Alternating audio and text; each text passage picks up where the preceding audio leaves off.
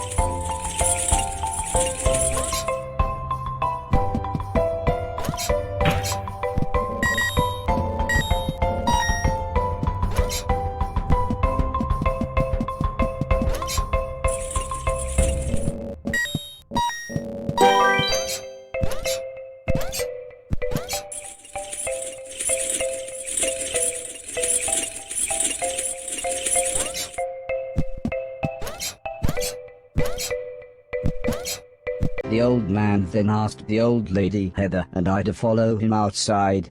I was happy too, as it was a lovely hot day. The old man said he was worried that Alice had been hoarding again. She had filled up a small barn with old bicycles and newspapers. Heather said, "This would be a perfect chance to properly test my new powers." The old man thought for a second, then said, "Using the steptoe chip, I should find and clean at least 300 things." When we explained to Alice what we wanted to do, she seemed scared. But after the old lady kindly explained that, well, the barn was starting to smell, she said it would be okay. "One last thing," said the old man. "If you want to use a door, just push up." When I was about to enter the old barn, Mr. Silton said he had seen some mushrooms growing inside. He asked me to give him any that I found. He then winked, but I wasn't sure why.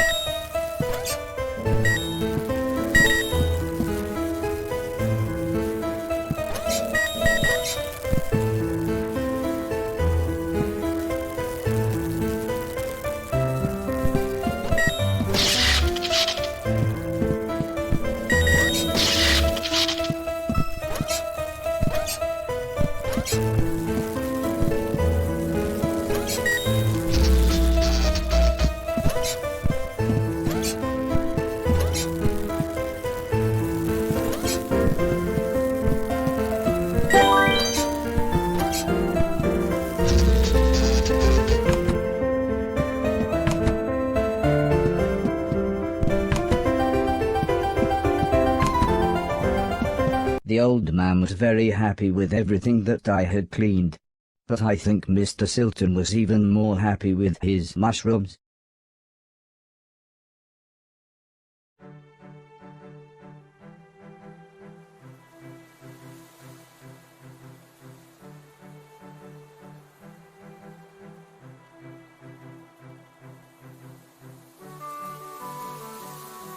It wasn't the days getting shorter, or the evenings getting colder.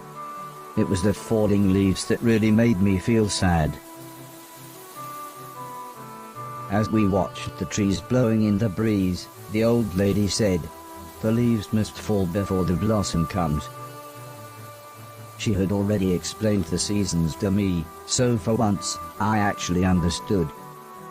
But it didn't make me feel any better. The old lady obviously had enough of my moping, and said, "Right, next week we're going to have a party." For some reason she insisted that we were all going to wear costumes. Heather was very excited and said, "I've got some perfect ideas."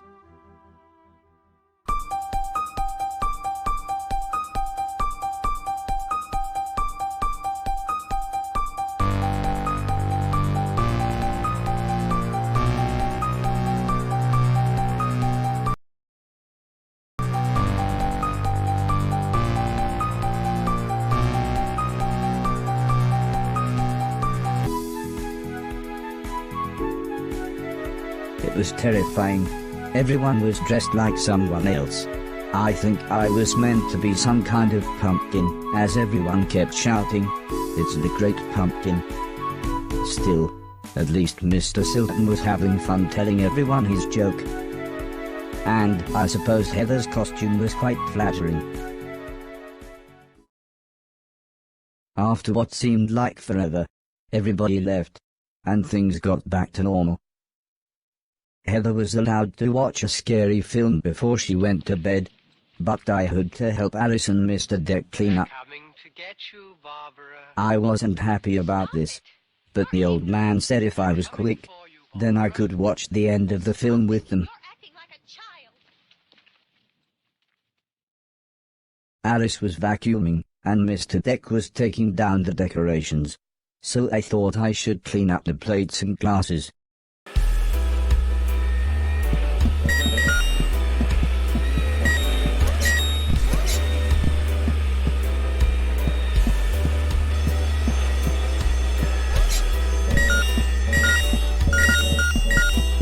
The ear-splitting sound was the fire alarm. As usual, Mr. Deck blamed Mr. Silton, saying he was probably smoking one of his jazz cigarettes. But then the professor appeared. He said that there was something burning in the kitchen. Alice looked confused, saying that she hadn't cooked anything since the morning. We were all surprised when Mr. Deck opened the oven. Inside was a large black cloak, and a slightly burnt pair of men's underwear. Suddenly the old lady burst in. She looked terrified. She kept shouting, "There's someone on the roof." When we went outside, it slowly became obvious that it was Mr. Silton. He was completely naked, and playing his guitar. He shouted down, "When I finish this song, I'm going to fly." The old lady said, "Oh my God, I know this one, there's only about 30 seconds left." The old man then quickly turned to me and said, "You know what to do."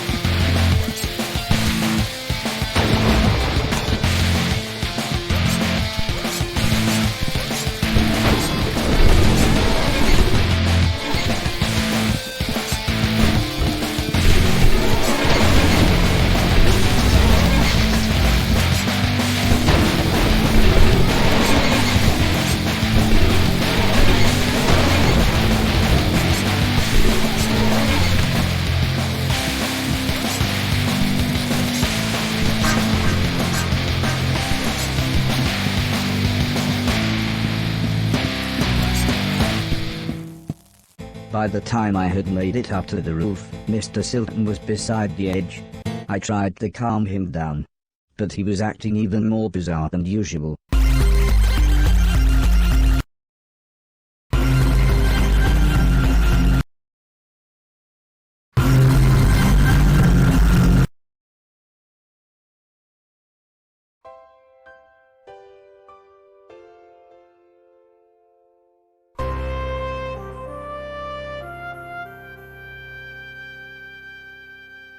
After an hour or so, Mr. Silton was fine. He said he had eaten some bad magic mushrooms. Part of me wondered why he hadn't doubled in size. Still, he was soon laughing and joking with the paramedics. One of them said he looked like the world's worst clown. I don't think Mr. Silton liked that, so he told his own joke. But that just made the other paramedic call him Marshmallow Marceau.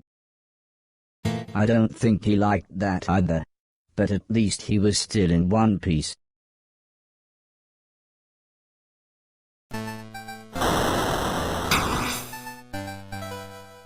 A month or so later, Heather and I were playing video games, when the old man said he wanted me to come outside. He said it had been a year since I had arrived, so he had a present for me. He placed the teddy bear high up on a wooden platform. He then told me I should try to pick it up.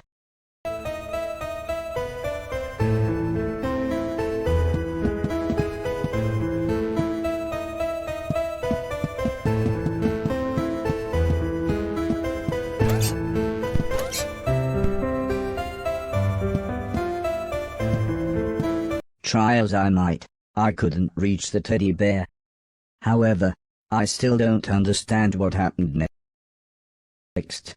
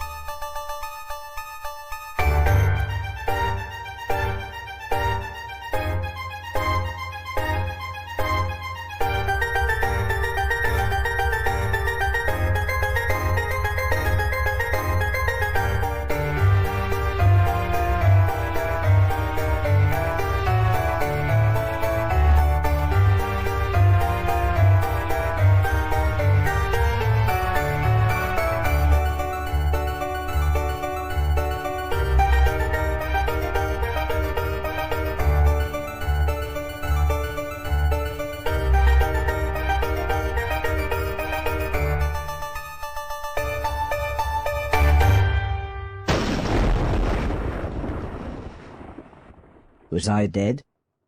Was this heaven? It sort of looked like the basement bathroom.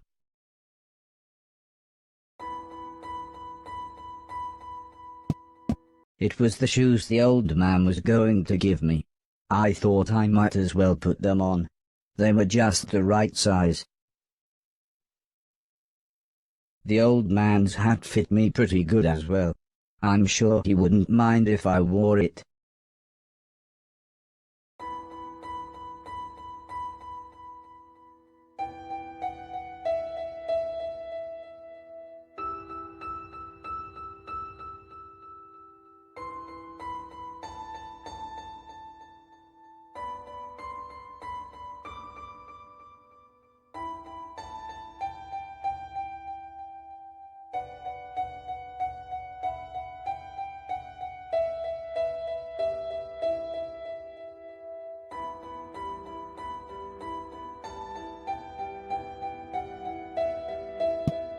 Amazingly, the shoes allowed me to defy gravity. Or maybe it was the hat.